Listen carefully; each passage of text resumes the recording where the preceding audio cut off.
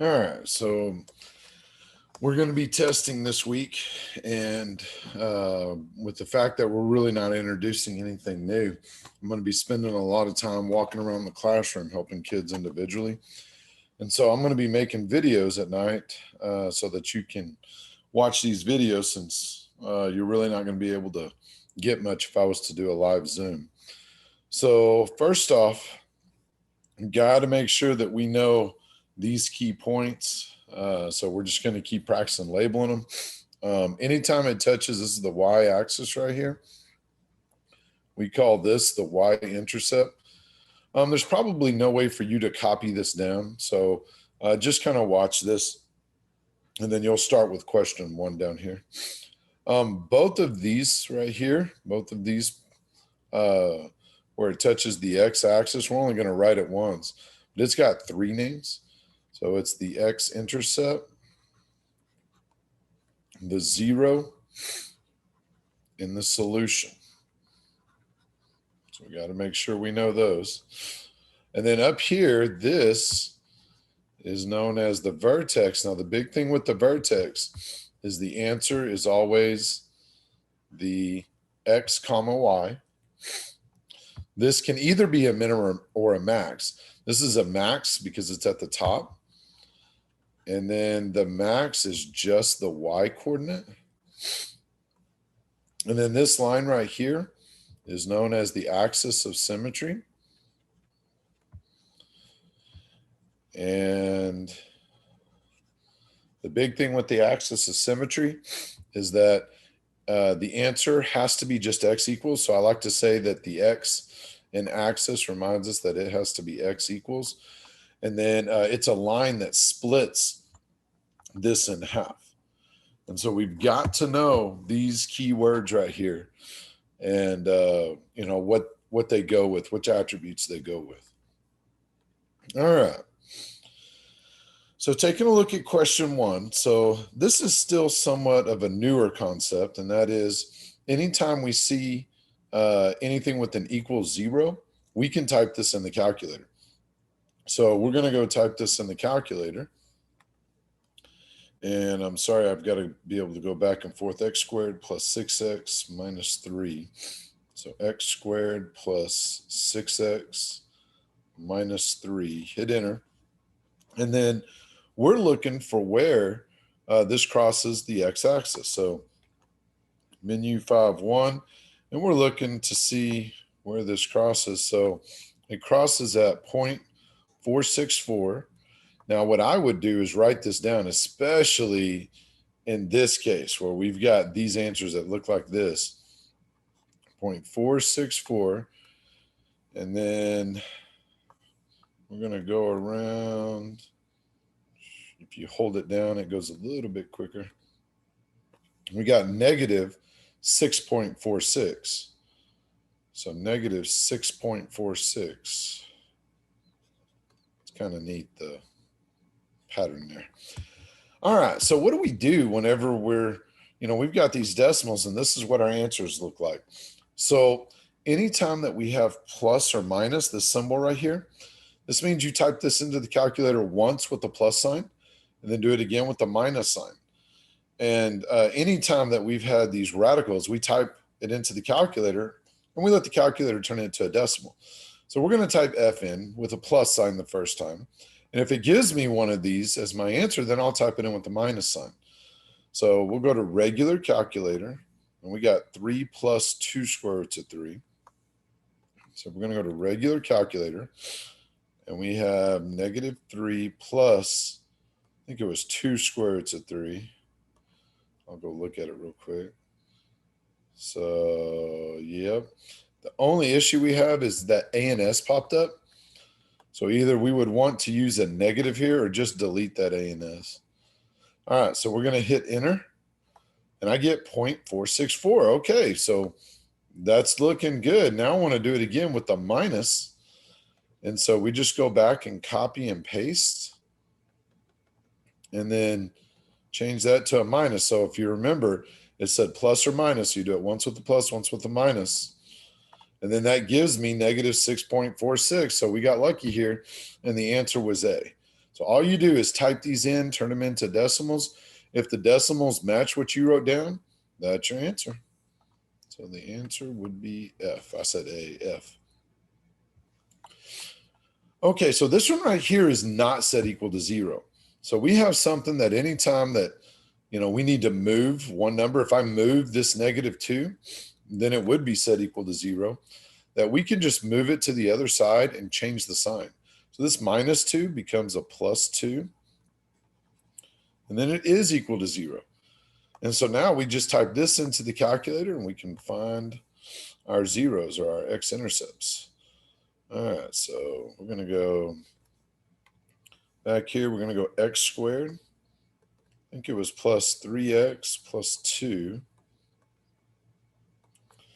Let me just check this real quick. Plus 3x plus 2, yep. And then we're just looking to see where it touches the x-axis. So Menu51, you could probably just look at it and tell that it's touching at -1 and it's touching at -2. And notice it says 0 right there when you get to the x-axis. So when it's equal to 0, we're finding the zeros. We're finding where they cross the x-axis.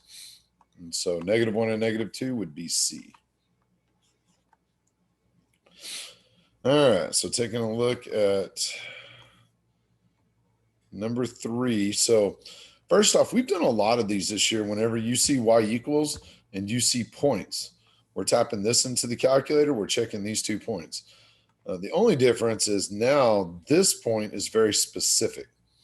So this has to be a vertex right here.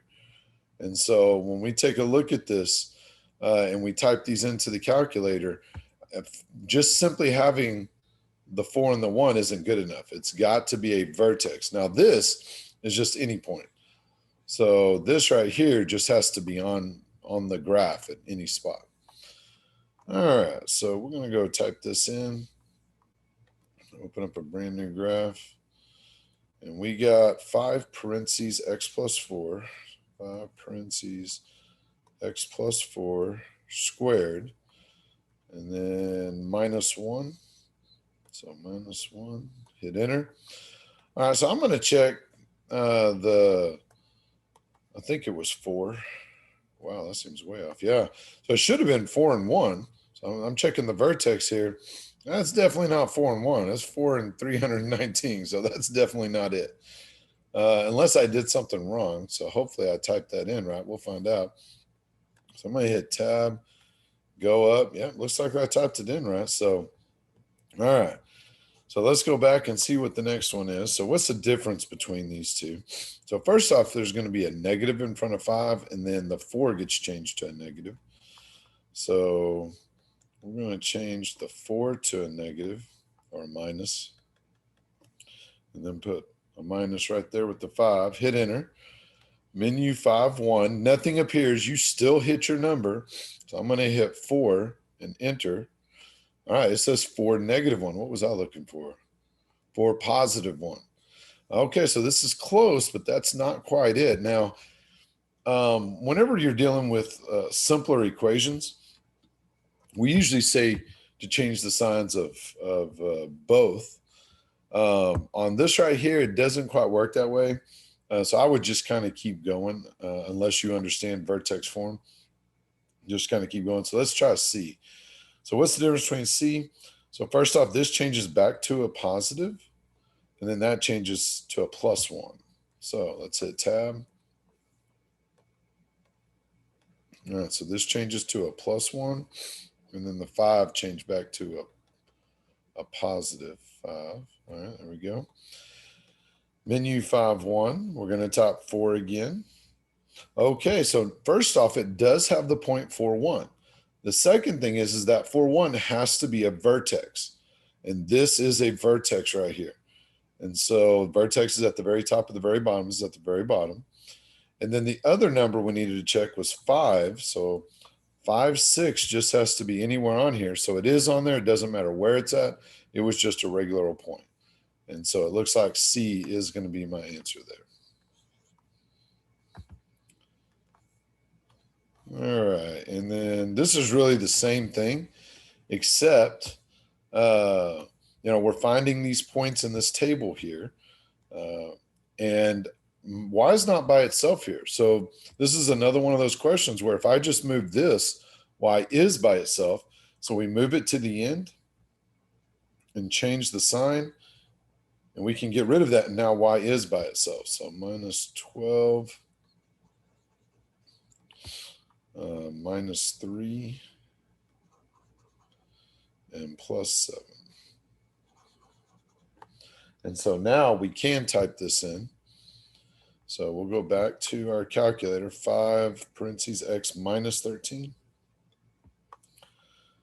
So start a brand new graph, 5 parentheses x minus 13, I think.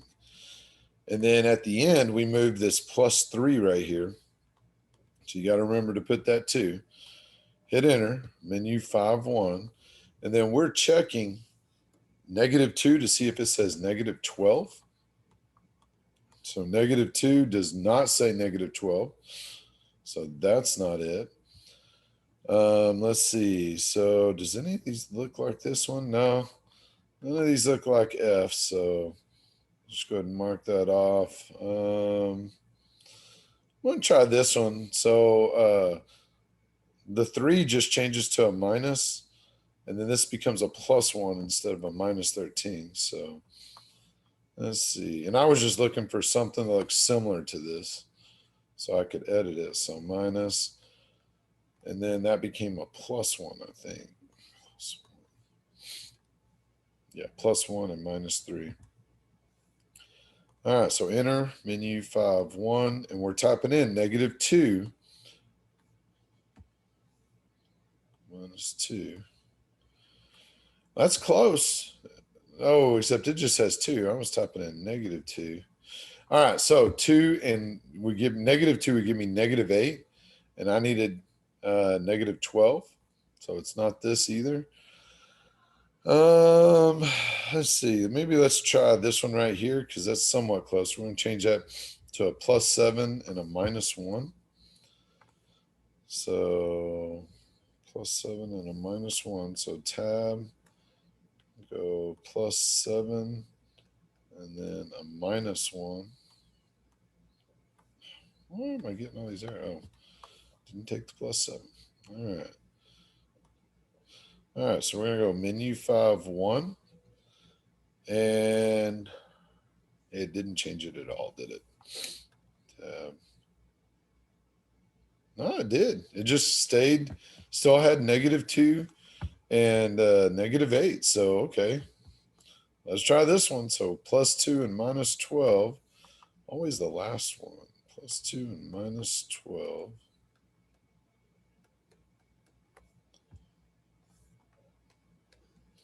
So plus 2 and minus 12. So menu 5-1. We're going to type in negative 2. And we get that negative 2 and 12. Now remember, you got to check at least 2. So we got 1 and negative 7. So 1. Or is it negative 1? Sorry, negative 1. Negative 1 and negative 7 matches. And I accidentally typed 1, and we did get a positive 3. So G is definitely going to be the answer. Well, that stinks. I should have just went in order. We got the answer a lot quicker. All right. Number 5, the minimum. So the minimum is how low does this go? Remember, minimum is a Y right here. We always go to the Y-axis. How low does this go? So you measure it this way. And so it hits 1. So the answer is B. Vertex is either the very highest or the very lowest point. In this case, it's the very lowest. And so vertex is X and Y, but all we care about is the X. So tell me that X coordinate first. It's 3. Look at your answers. Which of these has a 3 up front? Answer's B. If you say 3 and negative 1, it's really easy to choose D as your answer, which would be incorrect. And so always focus in on that X first. Look at your answers. And then if you need the Y, then you can get the Y.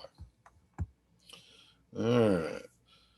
So you can see those two went pretty quick right there. And here's another 2 I think will go pretty quick. Axis of symmetry.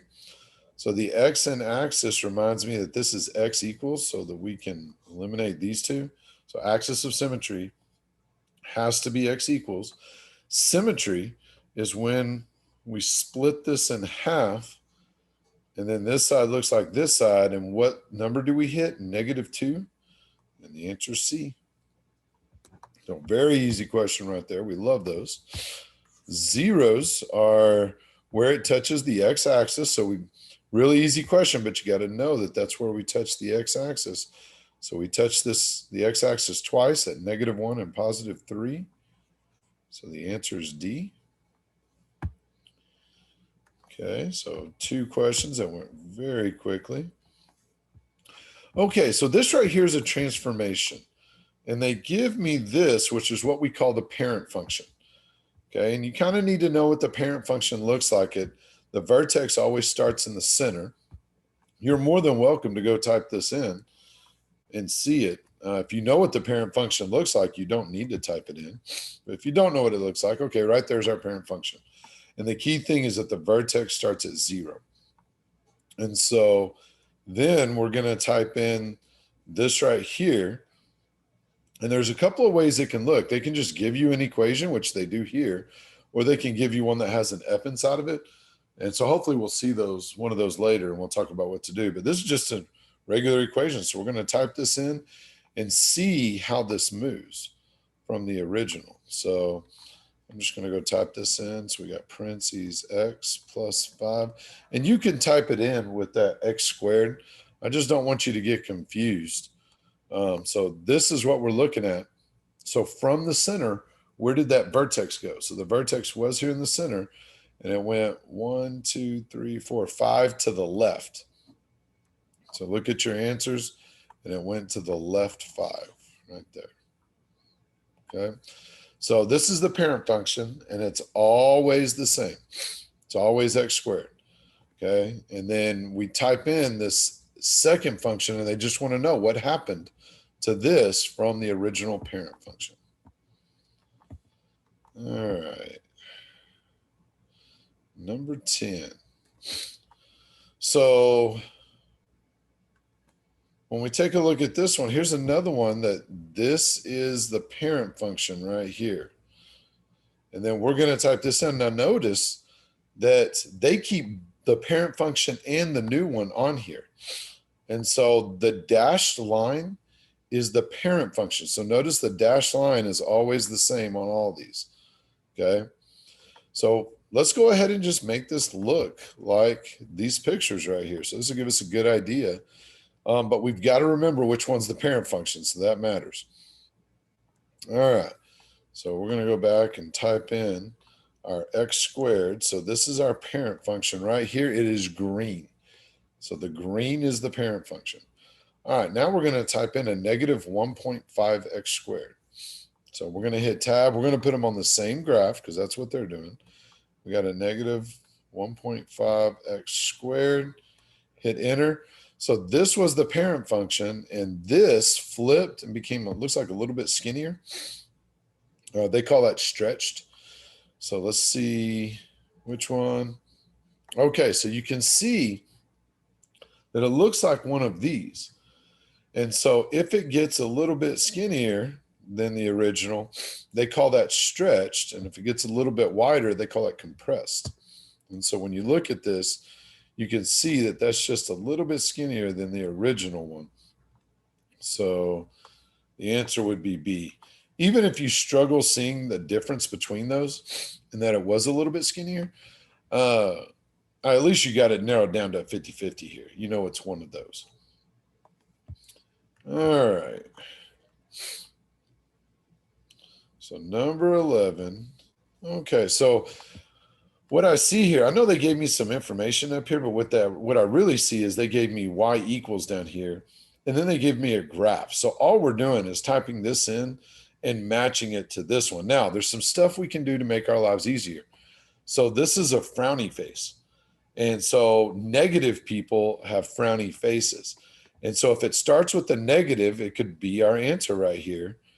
B does not start with a negative. So I don't care if there's a negative in the problem. It has to start with the negative. This should be a smiley face because it starts with the positive. D should be a smiley face. So both of these could be frowny faces because they start with negatives.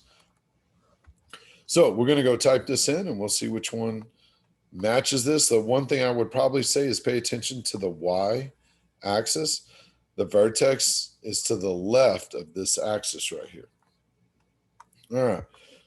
So this is -2 parentheses x minus 1. So -2 parentheses x minus 1 squared, and then +3. So +3, hit enter. Okay, so this looks like it, but the vertex here is to the right of the y-axis, not the left. So I don't think this is it. So let's try this one that switches it to +1. So tab, go up. Let's switch that to +1 and see what happens. And yes, so you can see that now the vertex is on the left-hand side. This is definitely going to be our answer right here. So C is going to be our answer. All right. So now we take a look at this one. So this one actually has quite a few things that we could do here. It gives us the zeros, so we could type this in and go find the zeros. So that's one of the things that we could do. Or it gives us all these equations. So you could type this into the calculator and go type in these equations and see which one makes this change color. Obviously, just seeing if it changed color is easy in terms of how much thought you got to put into it. But it takes a little bit of time if you have to type all these in. Of course, if you're lucky, maybe the answer is A and you don't have to. But the easiest thing to do is type this in and then find the zeros and at least see if it eliminates anything. So really, you just have to decide what's best for you. So I'm going to go type this in real quick. So we got 2x squared plus 5x minus 7. So plus 5x minus 7. Hit enter. And of course, cancel. Tab, go up. Come on. Tab, go up. All right. So right here, I guess I didn't hit the minus. All right. There we go. So we're going to go menu 5.1. And you can see right here, we've got a +1. So immediately, if I'm looking at my answers, if it doesn't cross the x-axis at a +1, then this isn't it. So those two didn't have a +1, they had a -1. So I'm just looking at the zeros right now. And then, so let's go look at the other one.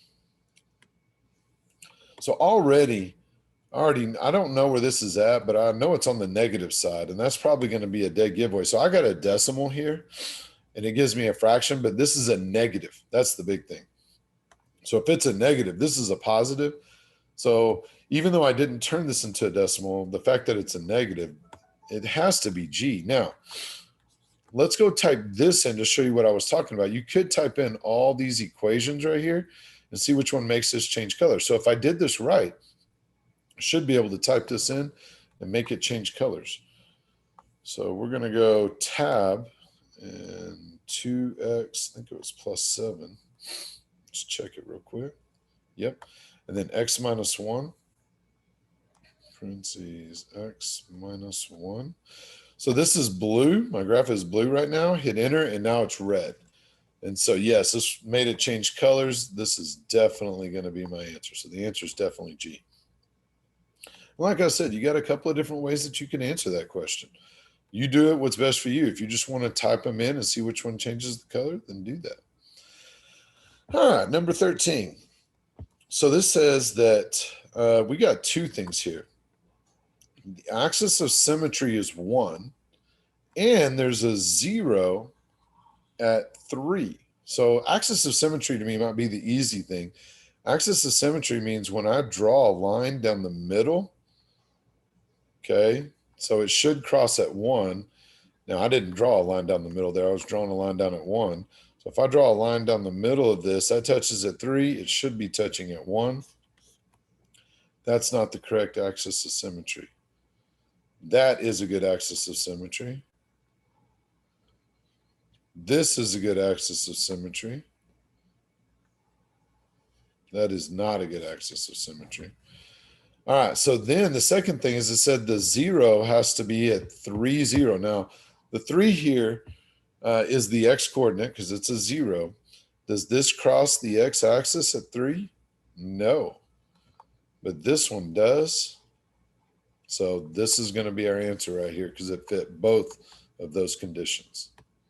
So we haven't really seen a question like that, so that's kind of interesting. All right, so right here, we've been talking a little bit about domain and range. So range is the y, so immediately you can look at your answers and mark off any x's. All right, so the key to range is that you have to what do you call it? Crop. Sorry, my mind went blank. You have to crop the top and the bottom. So like you're cropping a picture on your phone. And so we go to the top here and you can see that we hit 5. We go to the bottom. Now here's the thing. You can't just go at the dots. So it's a picture. We got to see the whole picture here. This is the top of my picture. This is not the bottom. If I crop it here, I'm cutting all this off. Here's the bottom of my picture right there. And so that touches -4. So it goes from -4 to +5. So you can see here, -4 to +5. That's definitely not going to be it right there.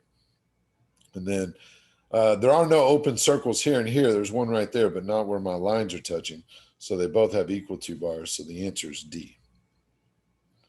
Okay, so domain and range, make sure you're doing the top to the bottom. All right, 15, x-intercepts. Where does this touch the x-axis? And -3 and -5. Now, here's the key to this. The -3 and the -5 have to be in the x spot. So remember, x comes first. So that -3 and -5 have to be there. A looks pretty good. B has a -4. That's all right. C has a -4. And D only has one answer. So, yeah, the answer was A. And then the -3s were, and -5 was in the right spot. All right. Let's see. The y-intercept. So the y-intercept is where does this touch the y-axis? So that touches the y-axis right there at 6. And then once again, the x-axis, the number had to be in the x spot. For the y-intercept, it has to be in the y spot. So that 6 has to be in the y spot, which means B would be the answer. Be very careful with those. Zeros. So zeros are where it touches. And notice that I'm always finding those keywords here. Okay, if you don't know those keywords, then these become a lot harder. Where does it touch the x-axis? Touches there, there, and there. So I got 3 zeros, 1, 2, and 3.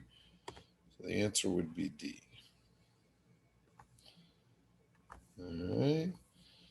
And then I think we're at the end almost. So find the domain. Okay. So first off, we can go type this into the calculator. So let's just type it into the calculator. But in the end, any time that you have domains, so -3x² of something you're putting in the calculator. So remember, domain is x's.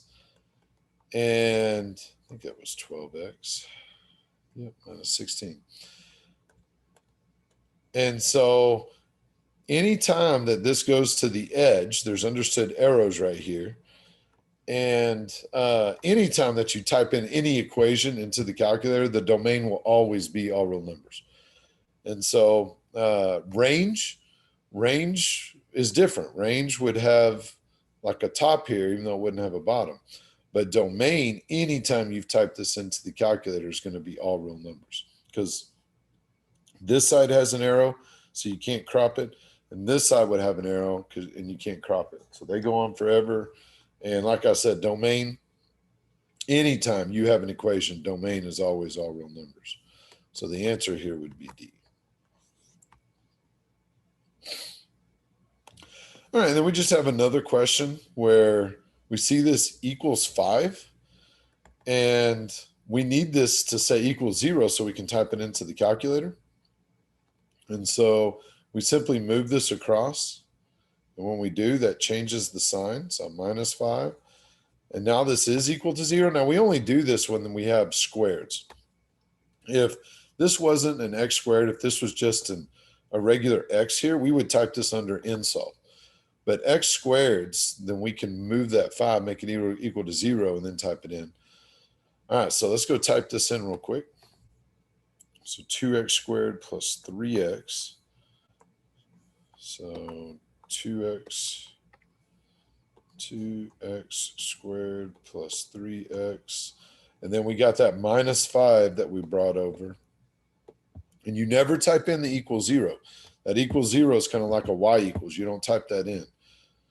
All right, so now we're just going to menu 5-1 and go find where it's crossing. So it crosses at 1, and that's a clear 1 right there. So, like, you know it's not these because those don't come out to 1. And you can see right here, that doesn't come out to 1. The only one that has a 1 right there would have to be A. Let's just make sure that crosses at the negative. Yep, it does. And so we really don't need to know this one, but you could go find it out if you needed to. All right, well, that turned out to not be so bad. Guys, got a lot of easy questions on this. If you are not getting this, you need to go back and watch some previous videos or, oh, I know, I got an idea. Come to school so that I can work with you. But this is not only huge on this next test, this is huge on the STAR test. And we're almost 1 month away from taking our STAR test, and we've got to know this stuff. We're going to be doing a lot more videos where I work it like this, because now that we're going to kind of quit learning new stuff. So now it's just practice, practice, practice. I tend to walk around the classroom a lot more so that I can help kids individually. And so if you're planning on taking that STAR test and you're not doing very good with these, you can't do them on your own. So you should be able to like pause the video and work a question out on your own. If you can't do that, then you need to come up to school so that you can work with me and we can get you past that STAR test. So really got to start preparing for the STAR test, even though right now we're preparing for the test on Thursday. So, all right, guys, I hope this helped.